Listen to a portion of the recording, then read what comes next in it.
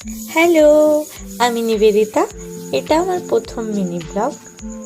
আজকের ব্লগটা হতে চলেছে অন্যরকম, কারণ আজকে সকালবেলায় ঘুম থেকে উঠে আমার সেই বাচ্চা বেলায় ফিরে যাওয়ার ইচ্ছা হয়েছিল। তো চলো দেখাই কেন বললাম যে আমার বাচ্চা বেলায় ফিরে যাওয়ার ইচ্ছা হচ্ছিল।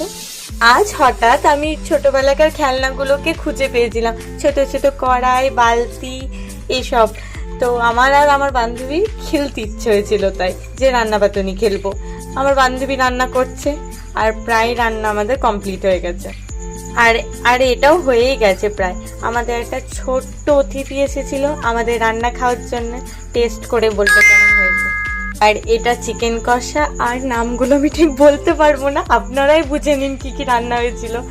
তো ওকে আমি বলেছি যে খেয়ে বলো কেমন লাগছে। ও আবার বলে হেভি হেভি।